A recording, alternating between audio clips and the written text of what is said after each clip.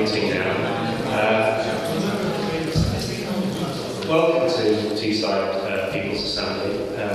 We've been going for about 2 years now in Teesside, and we're a voluntary organisation that was set up to bring together activists from different unions, parties, community groups who are opposed to the Cuts programme. I'm James Doran. I'm the convener of Teesside People's Assembly. The toilets are in that direction.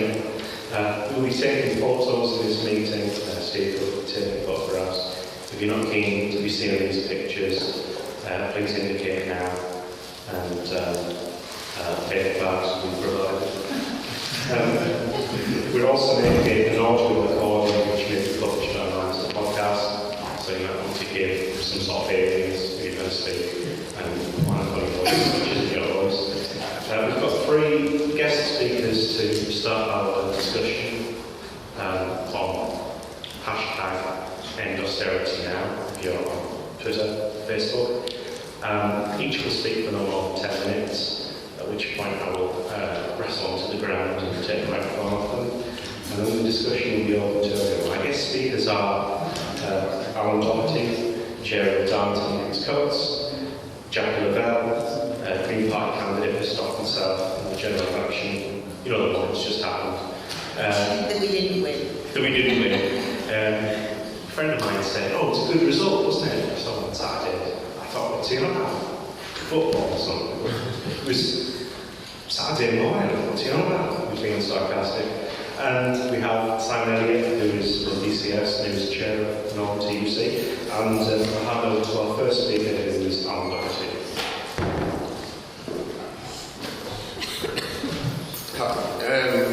I'm Alan Docherty, and I'm from Darlington Against Cuts. And just to explain, Darlington Against Cuts is actually an organisation which was set up by Darlington Trade Union Council, because we wanted a Cuts organisation that was based in the Labour movement and actually put out feelers to community organisation and activists. And we've done quite a lot of work in Darlington over the years fighting the Cuts, and we've actually developed quite a high profile. But what I'm here tonight to talk about is austerity in the elections.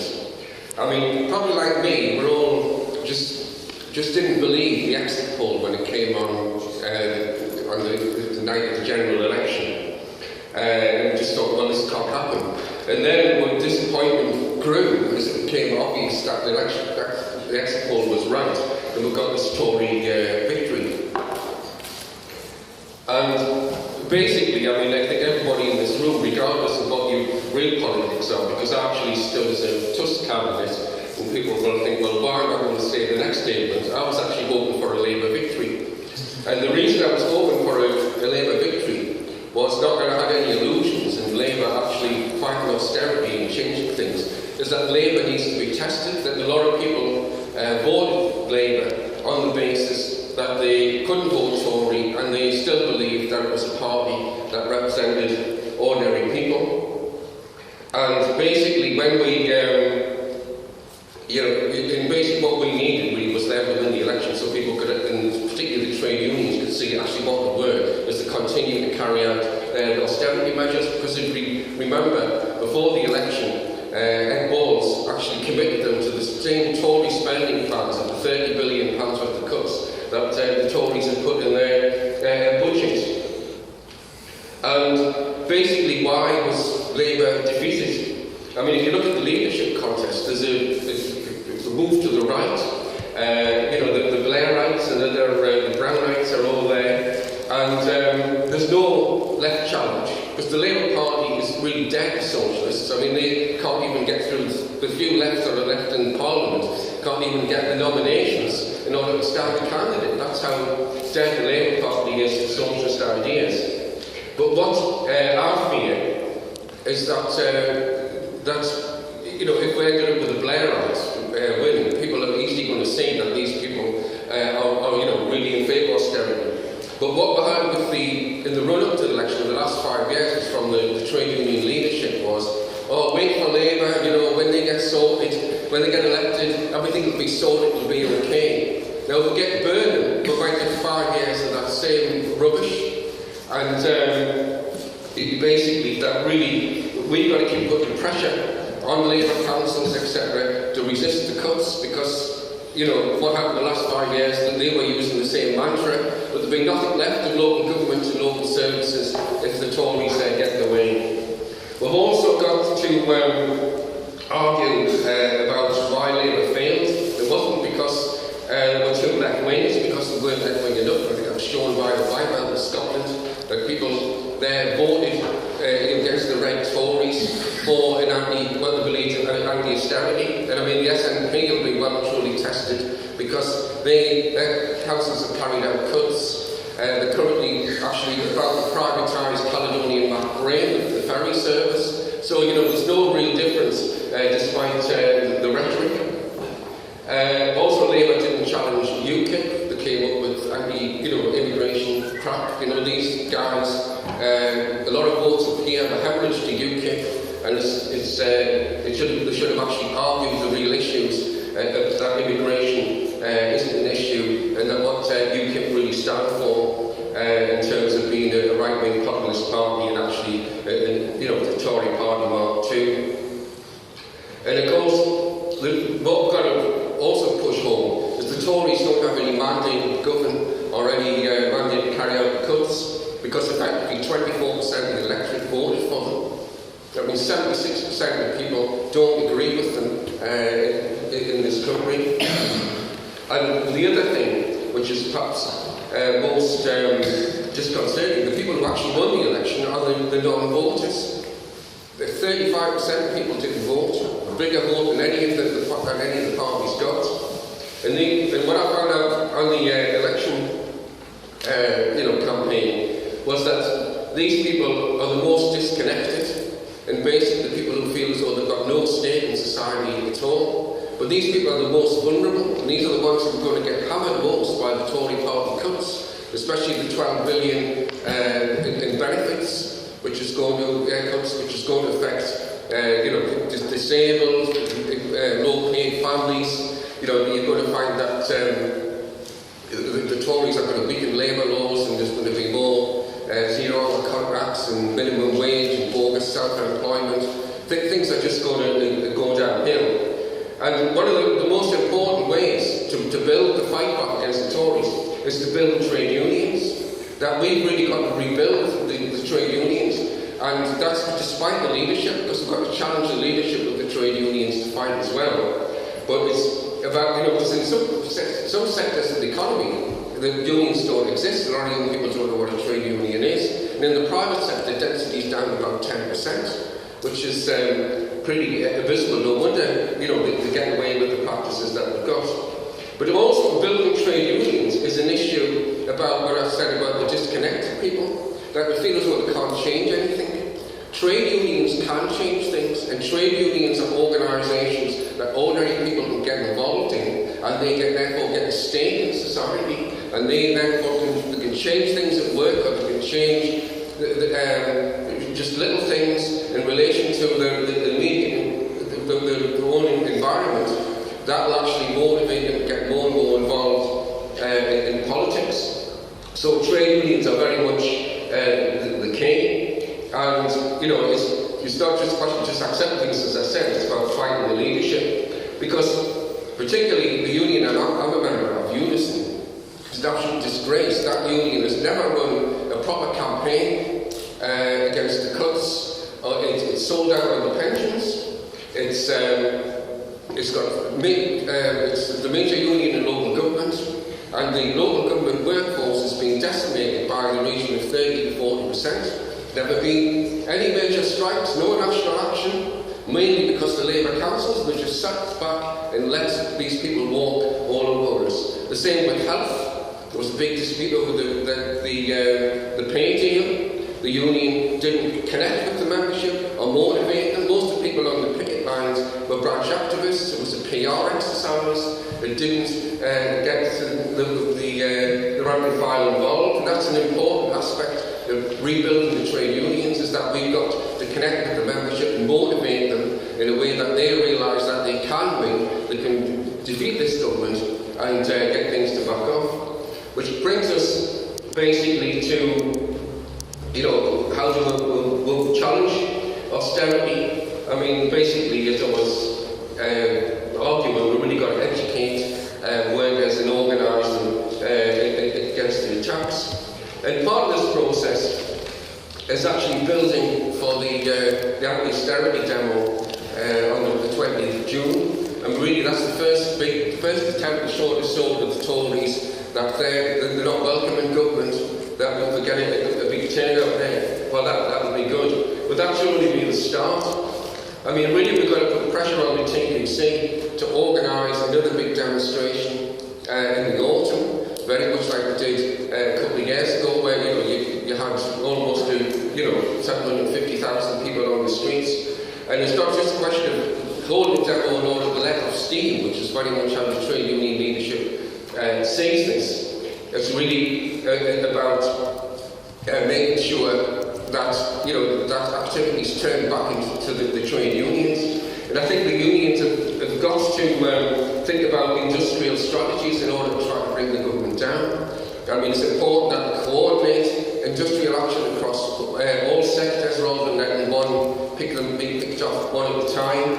And I really think they've got to think about building towards a general strike in order to try to show how strong the trade union movement is. So the demand for the 24-hour general strike has to be something that has to be raised at the appropriate time. Especially connected with, we can get the TUC to organise a big demo in the autumn in order to put pressure on the government. And of course, as I was saying very early on about being disappointed that Labour didn't get in, and my argument for this is that really what we need is the trade unions to break from Labour and actually get an anti-austerity, working-class trade union-based party in order to actually have an organisation which is prepared to put out the propaganda and actually try within local councils and in Parliament to put the arguments for why austerity and neoliberalism is the wrong policies. Now, having stood for Tusk, people might laugh and say, well, at Darlington we got 223 votes, but it's the nature of our political system, the first past the post and the way it's played in terms of, there's only two players in the game. And I think it will change. Just have to look at Spain. On Sunday there was the local and regional elections, and their two-party system has been broken. The two main parties, the Socialists and the Conservatives, the Popular People's Party and PSOE, got 50% of the vote between them, and the Podemos and other independent lefts did quite well. For instance, in Barcelona, the city was won by an anti-austerity civic campaigner, and the only other problem is that some of the votes went to a new centre-right party called the Citizens' Party, so the establishment, of course, are quick to move to try to get some of the disaffected votes. But that doesn't mean, the fact that Podemos is still getting about 30% in the opinion polls, and it's only just over a year old. There's an indication if people are disaffected and you've got forward the right policies, you can actually win people to that banner. And if we had a trade union party who could actually campaign about its members about that this is an alternative to austerity, we could actually do the same in Britain today.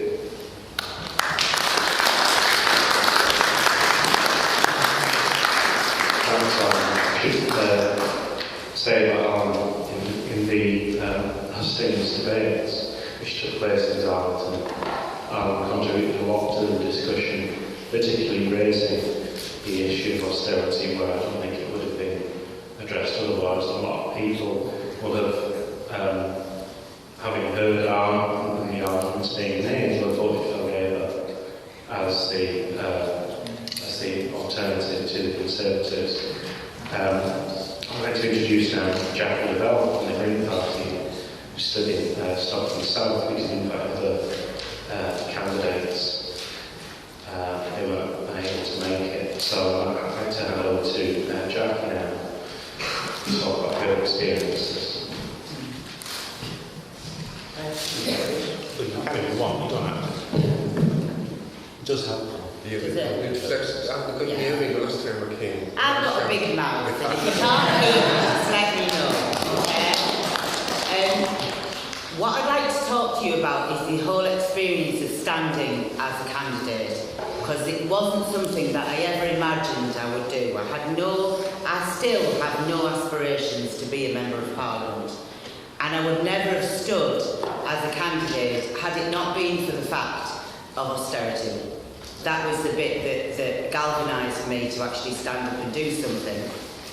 And at the point at which I did that, I got a lot of flack from people via various social media and other sites about the fact that I would be diluting the vote, and that would leave the way open for the Tories to get in, and would mean that Labour didn't get in the area in which I was standing. We as a party, as a group in Stockton, had some discussions about the way that we wanted to actually do the election as a group, and how we could do it with a degree of integrity that we might not otherwise have had. And what we decided was that we weren't going to slag any of the other parties off, that we weren't going to get into fighting or squabbling in public in relation to the way that we did things, and that we would just calmly and in our own way talk about what the Green Party was saying in relation to anti-austerity practices. And I've actually brought a copy of our manifesto if anybody's interested in reading it. Part of what's on the manifesto is a policy on a page, which basically gives you a page which broke down the important policies.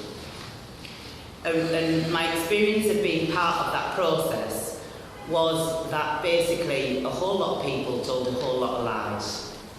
I would sit in the hustings events and I would make notes of what the other candidates were saying, and then when I got home I would look on fullfacts.org and check up the facts that they'd been given to people, and I would have to say that 9 times out of 10 facts that they were actually passing over to people were just complete fabrications and lies.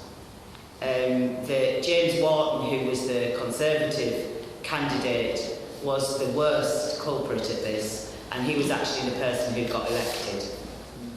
And I think that there is a job of work to be done in terms of actually not just raising people's awareness, well, I think that's really important, but we've got 5 years of austerity now that we have to survive. And there's a whole lot of people who, are worse off than I am, and I'm pretty piss poor really.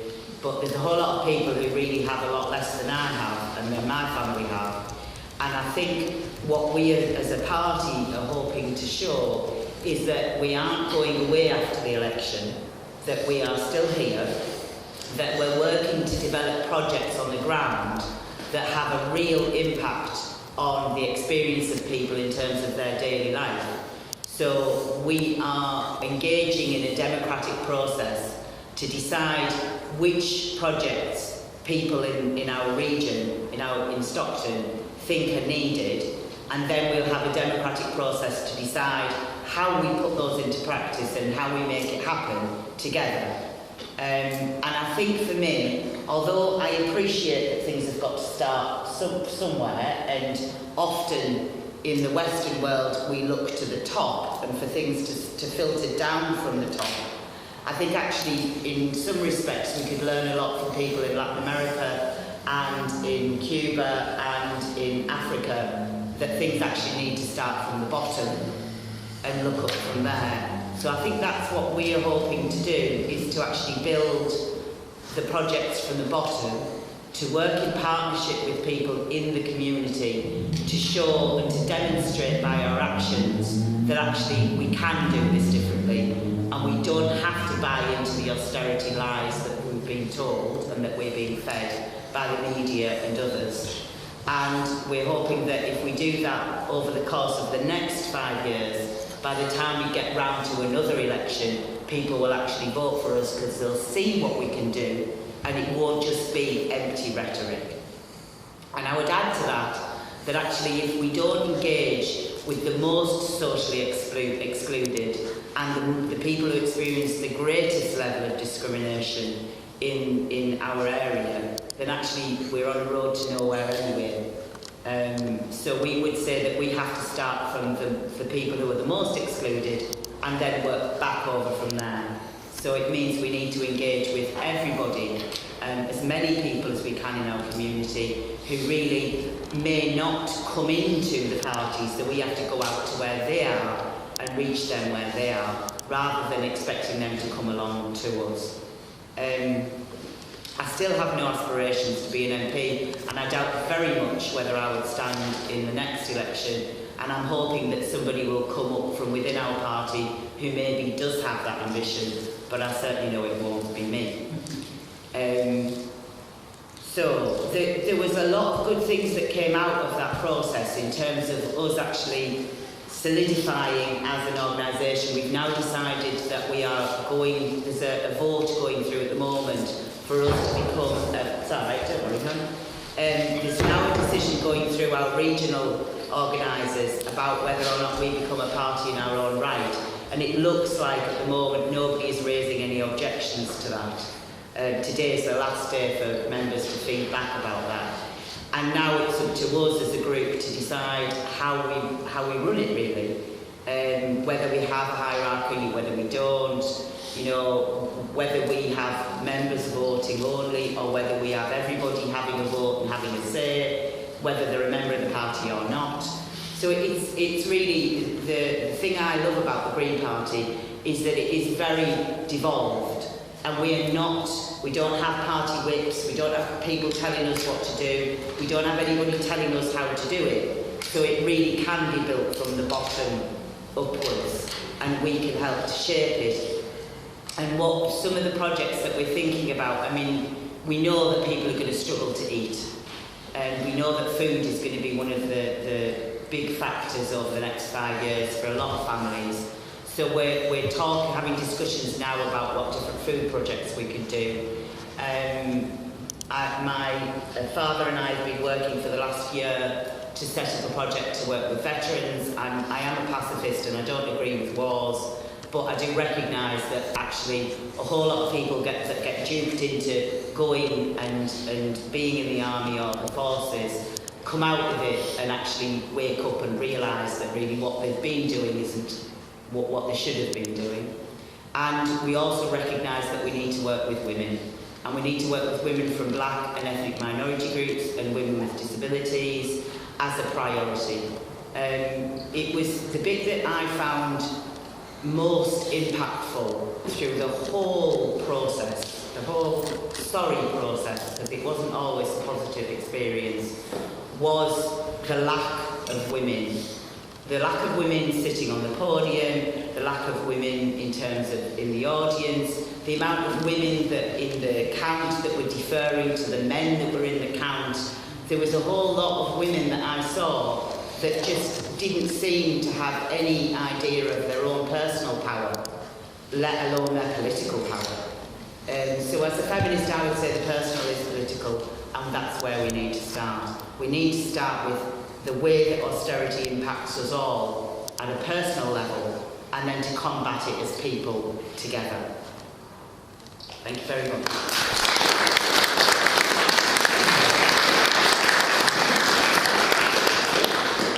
Thank you, Jacqui. I'll now hand over to our third speaker, Simon Elliott, Chair. And over to you, Steve. Cheers, James. As James said, my name is Simon Elliott. I'm actually from, I work for PCS, the civil service trade union, as well as being elected recently as the chair of the Darlington TUC. And I realised straight away, looking around the room, although it's great to see some people that I haven't seen before, I am, to a certain extent, preaching to the converted, and also, I'm going to repeat probably some of the points that have already been made because I fundamentally agree with a lot of the points that have been made. I think it is important, to have a look at, just very quickly, what the implications are of the general election result, because, I think whatever your the party that you supported, whatever that might be. I can see from the members that we represent in the civil service, we were just chatting about it earlier on, straight away what we're faced with is 100,000 job cuts in the civil service. So we really are on the front line of the result of that election. I believe that austerity is you know, it's kind of hidden behind an argument about the necessity to pay back the deficit. I think it's a smokescreen for a whole number of cuts and policies that the Tories have been trying to get since before Thatcher's time, actually. That, you know, they want to see a country with a much smaller state. They want to see a country which has a privatised national health service, and etc., etc., etc. And so therefore austerity for them, I think, is a smokescreen for all of those things. And so, you know, there is a question, isn't there, about what we do now following that general election result.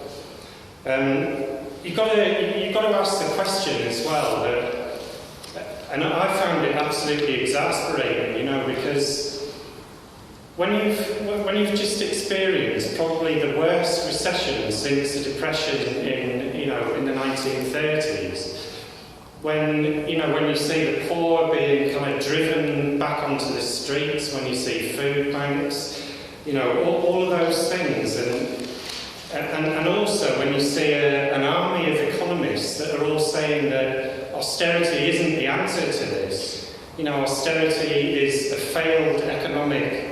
There were a whole number of them that were in the press that were saying that austerity is not the economic solution to the problems that the country is facing. How on earth did, you know, the kind of official opposition manage to lose, you know, so spectacularly? And you know, I think that it's important that we look at that, because I think the answer to that gives us an idea about where we take our campaigns forward after this. My General Secretary, Mark Sawalker, said that the reason Labour lost was that Labour failed to get across a clear, credible economic alternative to austerity, and I think that's, you know, the nub of it. I think that's the nub of it.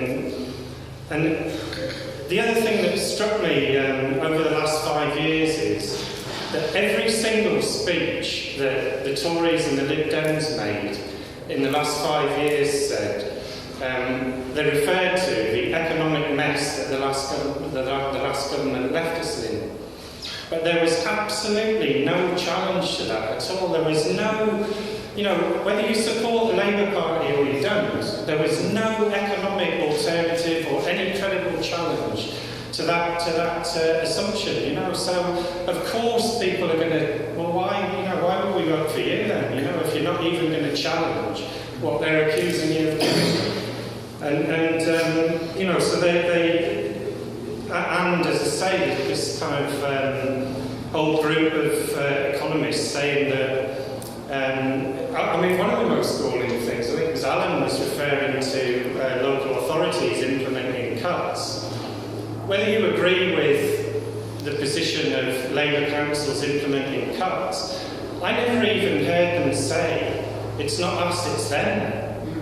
Not in any strong way at all. And you know, you can kind of draw your own conclusions about why that might be. They might have been frightened. I'm sure you know, the candidates or representatives from some of the other political parties could give their view on why that was, but absolutely infuriating. At the very least, you defend yourself and you say, you know, it's not our fault, they've imposed these cuts. I didn't even hear them say that.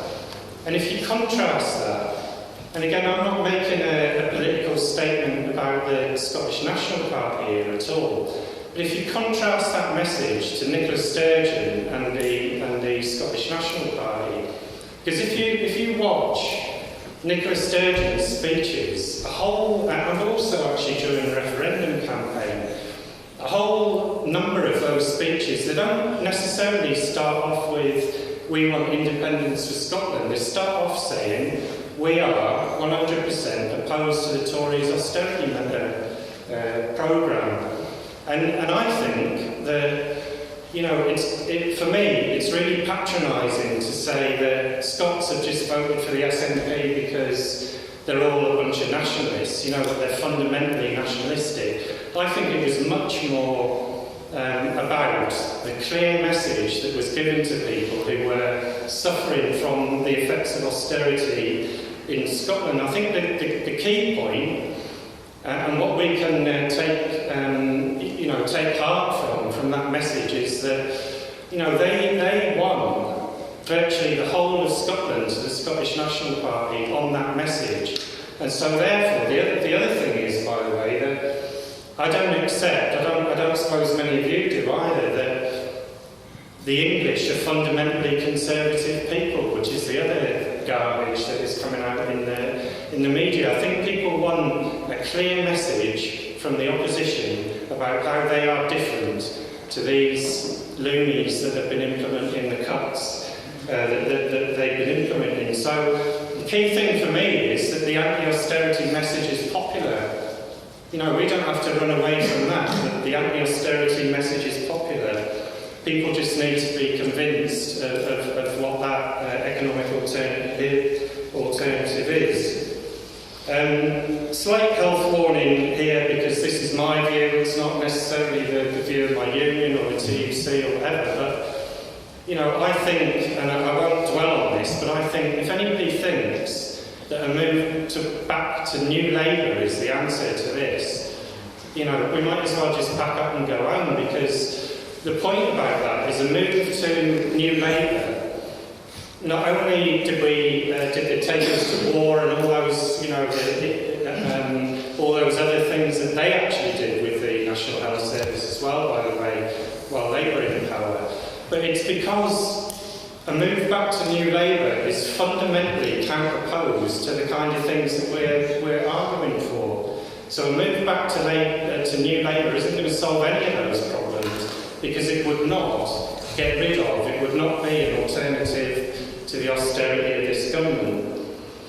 I think it's important to say that, as well as, in my view, that the anti-austerity message being popular, I think the other kind of strange thing that will happen as a result of, you know, a small army of SNP MPs going down to Westminster will mean that, in a way that it hasn't been before, the anti-austerity argument and the arguments about, you know, the economic arguments of do we go for austerity or do we go for a different model, they will be posed more sharply.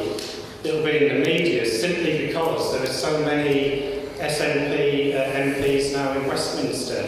So I think that gives us an opportunity to, you know, to continue battering away with our message with the rallies and everything else that people have been talking about. Another example that's close to my heart as well in my trade union. My union has taken industrial action against the effects of austerity, you know, several times over the last 5 years, because we've had, you know, massive job cuts and so on and so forth. And I don't think you can exaggerate how difficult that is. I think it's easy to say, I'm not saying anybody else is saying this, by the way, but it's easy to say the union should do this, the union should do that. You can't exaggerate how difficult it is to get 300,000 people taking industrial action, not once, but say 5 times over the last 5 years. What you have to do is you have to convince people. And I think that's, you know, that is absolutely key, both within the trade unions and outside of the trade unions. In order to get the level of support that we had for that industrial action, we went out to every branch, we went out to workplaces, we produced a document which said, a booklet which said there is an alternative, you know, austerity, there is an alternative. And we made absolutely sure that we won that argument in every single branch in our union, and we did not rest until that had been discussed in every branch. So everyone was talking about, well, what about tax avoidance? What about these different things? You're saying you need to do this. What about tax avoidance? Everyone was talking about tax avoidance because we won that argument with our membership. And the other thing about that is that trade union members aren't just waiting for somebody to say to them, right, let's all go to the barricades and take industrial action. Our membership, we've always been told, Mike will tell you, people have been saying this for years, we've always been told that civil servants are conservative with a small c. I don't believe that. But the point I'm making is they're no different to anybody else in this country. They're representative of people up and down the country. So if we can convince them that there's an argument an alternative to austerity and take 300,000 members out on the strike because they believe in that alternative, then, it's there to be won, and we can, we should be attempting to do, it's possible to do that elsewhere. So we took time to explain the alternative, and I think that's the job that we need to continue to play our part in groups like this. I think that, just stop me when I'm coming to, I can't see the clock properly, but I think that organised labour as well, whether you're in a trade union or you're not in a trade union, as has been said before, must play a key role in the continuing fight against austerity. And in order to do that, I think the trade unions need to have a really, really serious look at the level of influence that we now have in society, because as opposed to, say, 50% of workers being covered by trade unions a generation ago, we've now got 25%. So there's a massive organising job to be done within trade unions to increase the coverage that we have and the influence that we have and the ability that we have then to challenge government policies. So that's a job, that's a job for us to do. We've got immediate threats that we need to look at as well. We've got legislation coming our way, which frankly is a joke. If you look at the thresholds that got a lot of the MPs elected in Parliament, but we're facing legislation which effectively could prevent us from taking any further industrial action against austerity. So the TUC is also looking very closely at coming up with a plan in order to counter that legislation.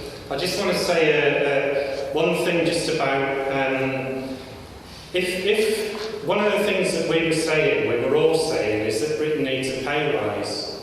And that was an economic argument. It was an argument which says that the economy can't recover unless people get enough wages to be able to buy things and so on and so forth. So if we believe that that's our message, then we must support and continue to support workers that are fighting against their wages being driven down, so that we continue to keep collective bargaining agreements that have been made, such as the ones in Wilton ICI at the moment. And there's a big fight going on, which many of you will be aware of, some of you may not be, about ensuring that the collective bargaining agreed rates of pay are continued at Wilton ICI. So I wanted to send a message of solidarity to the GMB, UCAP and Unite members that are there. And just a final point is, I believe that we can achieve all those things. I must admit, day after the general election, it's a formidable task to try and tackle and change this government's kind of headlong policy offensive against workers. But one of the things that's been happening in our union, as well as us taking that industrial action, in fact it's because of our union taking that industrial action, is that the Tories have come for our union subscriptions, and they've removed what we call the check-off system, which is the method by which salaries, union subscriptions are deducted from pay. And it may not sound much, but they borrowed this from America, this tactic. It is a direct trade union busting tactic that has worked really, really well in unions in America. So basically they've tried to break us because we've been struggling against them and have been vociferous against government policy. But they haven't broken us. What's happened is that our union has managed to get over 80% of our existing membership signed up to direct debit. And what that means is over 80% in the two biggest departments, the HMRC and the Department for Work and Pensions. And I think that shows that it can be done. That was a huge, huge job. And so our union remains in a position where we can't be de-recognised. Mark Sawalker took great pleasure in saying, at the conference, they haven't beaten us, we're still here, we're still going to continue to fight. And I think that shows that all of these things that we've all been talking about can be done, so we need to just keep fighting away and give people a bit of faith and a bit of hope that we can change things. Thank you.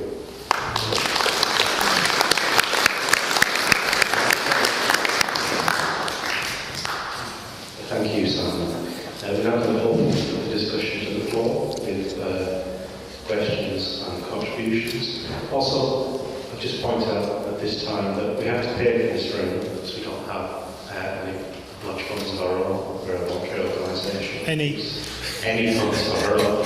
So please put some money in the hat if you're in it.